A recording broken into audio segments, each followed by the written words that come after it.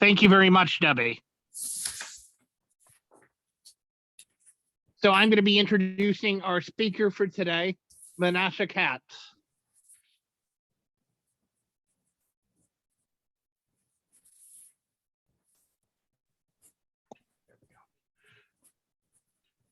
A couple of weeks ago, in the middle of the night, all of a sudden, the lights blinked. Actually, no, this was last night. Got myself messed up. Last night, in the middle of the night, the lights blinked. And then a few minutes later, they blinked again. And I was like, what is going on? What is going on? Are we going to have another power outage? Oh no, there could be all kinds of problems. Good evening, Kemp Toastmasters and guests. We all depend on electricity. We use electricity for our computers, like we're talking on right now. We use electricity to charge up our phones. We use electricity for our lights. We use electricity to cook. We use electricity to run our heating and, most importantly, our air conditioning. We use electricity for everything. And most of the time, the electricity just keeps on going like clockwork, 60 times a second, just keeps on chugging along, and everything is wonderful. But then there's that little blip. And sometimes, like a couple of weeks ago, that blip isn't just a little blip. The power actually goes out. A couple of weeks ago, most of us in Kemp Mill and many surrounding areas, it was 30,000 people altogether at its peak, lost power for about 4.5 hours. Some people was even longer than that. First thing was the lights. So my wife right away was gathering up, pulling out the candles and the flashlights and getting everything ready so that we could cope. But once it gets to more than just a few minutes, start to worry about more than just lights. Like, what about the food in the refrigerator? Now, you may know that a refrigerator can keep things cold for a while. After about 3 or 4 hours, the temperature, even if you keep the door closed, which is a must, temperature starts creeping up and up and up and up. And after several hours, your food is spoiled. The refrigerator can last a bit longer. So this particular outage wasn't too bad. It was 4.5 hours. A little bit of stuff in the fridge went bad, maybe a little sooner than it would have, but basically everything was okay.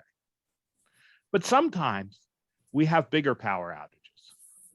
Several years ago, there was the derecho, which most of us had never heard of before. And it came through, and the whole area was out of power for several days.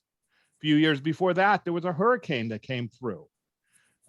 And there are other things. There are tornadoes, there are thunderstorms, snowstorms, you name it. If it involves bad weather, it's going to affect somebody's power.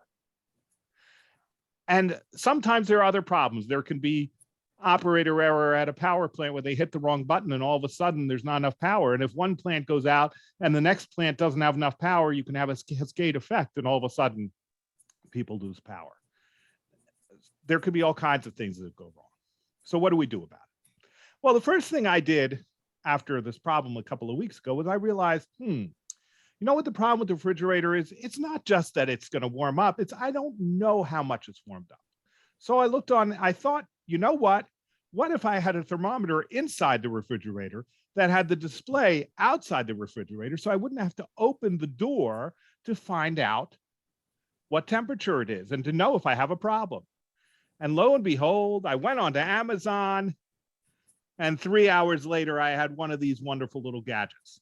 It has a little piece that goes into the thermometer that goes inside the refrigerator, another one that goes inside the freezer.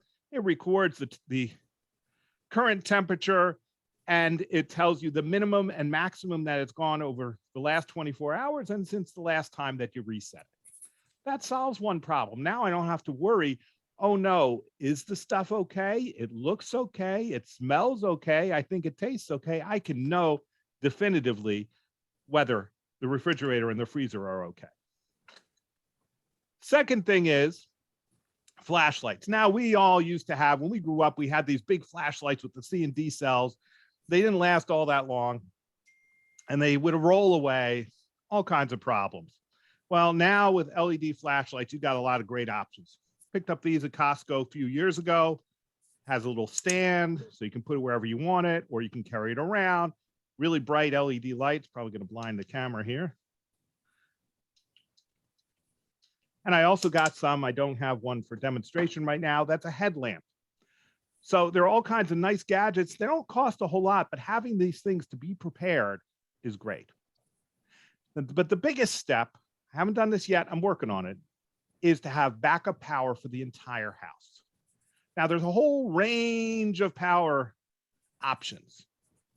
The biggest thing, the best thing, some might say, would be a Tesla Powerwall, which is basically a big bunch of batteries with some special electronics, solar panels on the roof, and everything just sort of automatically works if you've got $40,000 or $50,000 to spend on it. I don't. The next level down is a whole house generator. Quite a few people have those in the neighborhood now, particularly after the hurricane and the derecho. Some people decided enough was enough, but those are still in the range of $8,000 to $10,000.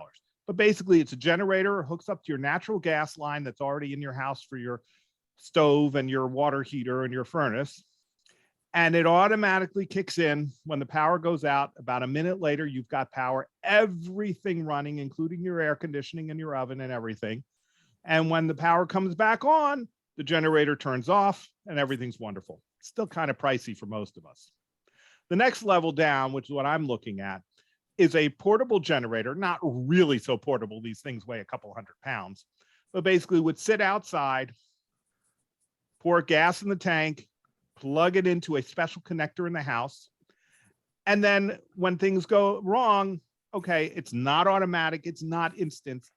But if you have everything set up in advance, you can go and you say, you know what, the power's been out for a half an hour.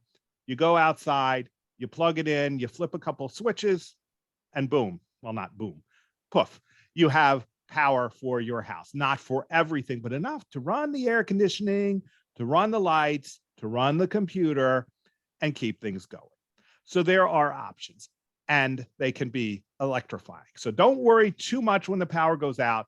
Plan ahead, get some little things to help deal with the problems as they happen, and think about some bigger things for the bigger times that the power goes out. Thank you. Thank you very much, Manasseh.